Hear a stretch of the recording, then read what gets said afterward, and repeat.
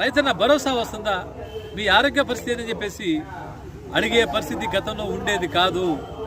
ఈ రాష్ట్ర ముఖ్యమంత్రిగా జగన్మోహన్ రెడ్డి గారు వచ్చిన తర్వాత ప్రభుత్వం నేరుగా మా ఇళ్లకు వస్తా ఉంది. అంటరాని కులాలుగా ముద్రపడ్డ మా కులాల ఇళ్లకి ప్రభుత్వం నేరుగా ప్రభుత్వం తరఫు నుంచి వాలంటరీ వ్యవస్థని పంపిస్తాము. దాన్ని మేము స్వాగతిస్తా ఉన్నాం.